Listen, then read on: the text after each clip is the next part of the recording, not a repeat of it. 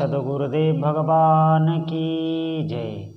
श्री सीताराम सरकार की जय। श्री राधा रमण लाल की जय। श्री गौरी शंकर महादेव की जय। सभी दर्शकों और भक्तों को कोटि कोटि प्रणाम। सबको प्रेम भरा जय जय श्री राधे। सभी दर्शकों और भक्तों से प्रार्थना है, कृपया आज का सत्संग बहुत महत्वपूर्ण है, बहुत ध्यान से सुनेंगे, आपकी भक्ति बढ़ेगी। निश्चित मानिए आपके जीवन में आनंद ही आनंद होगा। अभी जो आपको कुछ भी महसूस नहीं हो रहा है, कुछ भी अनुभव नहीं हो रहा है, निश्चित मानिए आपको बहुत बहुत दिव्यता अनुभव होने लगेगी। आप भजन में लगिए तो देखिए, हर जीव को कर्म तो करना ही पड़ता है। जब तक पेट है, शरीर है, तब तक कर्म करना पड़ेगा। आपको धन कमाना पड़ेगा। आप कर्तव्यों से कभी भी मुंह ना मोड़े। मैंने कभी भी किसी सत्संग में ऐसा नहीं कहा। आप डट के कार्य करिए, लेकिन भगवान को मत भूलिए। भगवान से विमुख होने पर ही दुखों के पहाड़ फाटते हैं। ध्यान रखना, ये जो हमें दिखाई दे रहा है कि जो लोग भगवान की भक्ति कर रहे हैं दुखी हैं, ऐसा बिल्कुल नहीं है। वो आपकी एक दृष्टि है, क्योंकि आपका मन आपको धोखा दे रहा है, आपको अश्रद्धा करा रहा है आपका मन। ये बात आप नहीं सोच पा रहे हैं। आपको ऐसा ही दिखा रहा है गलत, जिसमें आपकी अश्रद्धा हो जाए भगवान नाम जप में, भगवान कीर्तन में, भगवान की भक्ति में। इन बातों को पकड़िए आप। बहुत ध्यान देने की बात है, बहुत आप ध्यान पूर्वक सुने। अगर ऐसी आपकी दृष्टि है तो मन आपको अश्रद्धा करा रहा है। ये मन और बुद्धि ये अशुद्ध होते हैं। आप इस बात को समझने की कोशिश कीजिए। भगवान का भजन इसीलिए किया जाता है कि इसमें पावर आए, इसमें शक्ति आए, ये ठीक ठीक निर्णय कर सके। जो ऊपर दैवी शक्तियाँ विराजमान हैं उससे इसका संबंध हो सके, कनेक्शन हो सके। आप समझिए इस बात पर। सारी विपत्तियां तभी आती हैं जब जीव भगवान से विमुख हो जाता है। वो कर्मों में, संसार में, शरीर पोषण में, धन कमाने में अंधा हो जाता है। उसे भगवान का बिल्कुल विस्मरण हो जाता है। तभी सब दुखों की उत्पत्ति होती है। अगर आप भजन में हैं, अगर आप साधना में हैं, तो देखना कितना भी बड़ा दुख हो, आप बिल्कुल घबराएंगे नहीं, भयभीत नहीं हो सकते। चैलेंज है ये मेरा। भयभीत नहीं हो सकता वो भक्त, निराश कभी नहीं हो सकता अगर वो भगवान का भजन कर रहा है अच्छे से। देखिए, कार्य आपको सब करने हैं, लेकिन भगवान को नहीं भूलना है। उनके नाम का अभ्यास करना है। कार्य भी अपने करते रहिए और भगवान के नाम का अभ्यास भी करिए। और जब भी आपको समय मिले तो आप उनका ध्यानपूर्वक थोड़ा ऐसा भी अभ्यास कीजिए जिससे ध्यानपूर्वक भी अभ्यास हो। फिर देखना जीवन आनंद से भर जाता है। साधकों की समस्या कब आती है?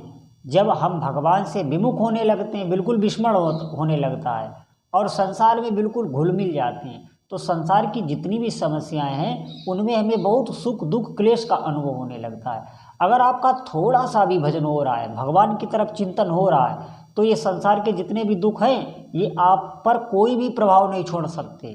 कोई भी दुष्प्रभाव आप पर नहीं हावी हो सकता। आप इस बात पर विश्वास करिए। बहुत वृद्ध संतों को मैंने देखा है, बहुत बड़ी उनके शरीर में पीड़ा भी है और एक बार भी वो भगवान से याचना नहीं कर रहे हैं कि मेरा रोग ठीक कर दीजिए, और बहुत प्रसन्नता से बोल रहे हैं। बताओ ये क्षमता उनमें कहाँ आई? और ऐसे स्थान पर रह रहे हैं जहाँ पर रात में तो बात ही क्या, दिन में कोई आदमी नहीं जा सकता। बहुत कष्ट होता है जाने में। आप समझो, उनको बिल्कुल भय नहीं किसी वस्तु का, किसी चीज़ की आवश्यकता ही नहीं। अगर रात में आप सोचना, संसारी आदमी सोचेगा कि अगर रात में यहाँ पर तबीयत खराब हो जाए तो कैसे क्या होगा, वो तो मर जाएगा। लेकिन वो इस बात को लेकर बिल्कुल भयभीत नहीं होते। भगवान के नाम का आश्रय लिए हुए हैं, भगवान की साधना वो कर रहे हैं। उनका बाल बाका नहीं हो सकता, अंदर से उनको कभी लग ही नहीं सकता कि वो अकेले हैं। ये साधना में आ जाता है। आप इसको करके देखिए, ये कोई कपोल कल्पना नहीं है। देखिए, मेरी बात पर ध्यान देना आप। हर प्रकार के जीव इस संसार में हैं। बहुत से ऐसे भी हैं जिनको ये बातें बिल्कुल कपोल कल्पना लगती हैं, झूठ लगती है, उनको अश्रद्धा होती है। ऐसे बहुत हैं। बहुत ऐसे भी हैं जिनको श्रद्धा होती है। श्रद्धा किनको होती है, किनको विश्वास होता है? जिनके अंदर संस्कार होता है उनको श्रद्धा होती है। और जब भगवान की कृपा आप पर है तो आप एक बात ध्यान रखना, आपका मन करने लगेगा भजन करने का। आपका मन करने लगेगा कि नहीं, मैं भी जीवन में साधना करूंगा, मैं भी कठोर तपस्या करूंगा, मैं साधना करूंगा जीवन में, मुझे कुछ अनुभव करना है। ऐसा मन आपका होने लग जाए। अगर आप संकीर्तन, कीर्तन, सत्संग सुनने लग जाएं, आपका मन होने लगे सुनने को, तो आप निश्चिंत हो जाइए, आप पर भगवान की कृपा हो गई है। क्योंकि आपकी भूमिका तैयार होने लगी, भूमिका आपकी बनने लगी है। देखो, भगवान ये योग बनाते हैं, भगवान योग बनाते हैं, भगवान ही सत्संग पहुंचाते हैं। और सत्संग सुन के ही जीव भगवान का भजन करने लगता है, संतों से जुड़ जाता है। ये सब इसमें माध्यम भगवान हैं और किसी का कुछ भी नहीं है। कोई बोल रहा है, कोई सुन रहा है, ये सब कृपा भगवान की है। क्योंकि आपकी पहले जन्म की साधना है तो आप साधना करेंगे, अवश्य करेंगे। और जिन जीवों की दुर्गति होनी है तो उनका समय निंदा स्तुति में ही जाता है। उन्हें ये सब शास्त्र, ये सब कपोल कल्पना लगती, उन्हें ऐसा लगता है ये सब भ्रम फैलाया जा रहा है, ढोंग है। बिल्कुल आप निश्चिंत रहिए, बिल्कुल ये ढोंग नहीं है। ये जो करता है उसको अनुभव होता है। अगर हमारे सनातन धर्म में ढोंग होता तो इतने बड़े बड़े इंजीनियर, इतने बड़े बड़े ऊंचे पद के लोग सब छोड़ छोड़ कर भजन करने लगे। यहाँ की आप बात छोड़िए, आप पुराणों में देखिए, बड़े बड़े राजा राजपाट छोड़कर और भजन में चले गए, वन में चले गए। अपने सनातन धर्म में जो भी एक एक बात लिखी है वो अक्षरशः सत्य है, लेकिन उस पर चल नहीं पा रहा है। जो चलता नहीं है वही अविश्वास उस पर करता है, उसे अंदर से अश्रद्धा रहती है। वो कहता है ऐसा नहीं हो सकता। अगर भगवान का नाम जब कोई नियम से कर रहा है, निश्चित मान, तो जितना प्रकृति का ज्ञान विज्ञान है वो उसके अंदर आने लगेगा, निश्चित आने लगेगा। और उसके अंदर एक सबसे बड़ी उपलब्धि ये आती है कि वो कभी भी किसी से हारता नहीं है।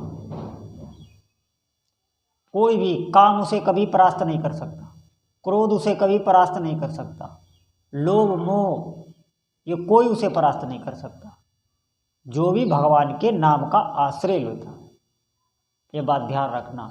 ये जो जिनको हराना बहुत मुश्किल है, चाहे आप जितने भी बड़े पद पर हों, चाहे आप इंजीनियर हो, डॉक्टर हो, आप कुछ भी हो, कितना भी पैसा आपके पास हो, आप काम को नहीं जी सकते, क्रोध को नहीं जी सकते, लोभ को नहीं जी सकते, मोह को नहीं जी सकते। लेकिन भगवान का भजन करने वाला सहज ही भगवान की कृपा से इन पर विजय प्राप्त कर लेता है। और इन पर ज्यों ही उसने विजय प्राप्त की कि वो भगवान के मार्ग में आगे बढ़ जाता है। और आगे बढ़ जाता है तो नाम जप उसका चलता रहता है। नाम जप ज्यों ही चलता रहता है, साधना नहीं छोड़ना है।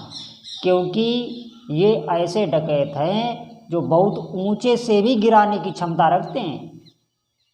बहुत साधक ऊंचाई पर चढ़कर भी गिरता है, लेकिन ऐसा नहीं है। जो भी नाम का आश्रय लिए हुए वो अगर ऊंचाई से गिरता है तो फिर वो उससे भी ऊंचाई पर पहुंचता है। क्योंकि नाम को जिसने भी पकड़ा, फिर जब नाम उसे पकड़ता है फिर उस जीव को वो छोड़ता नहीं है।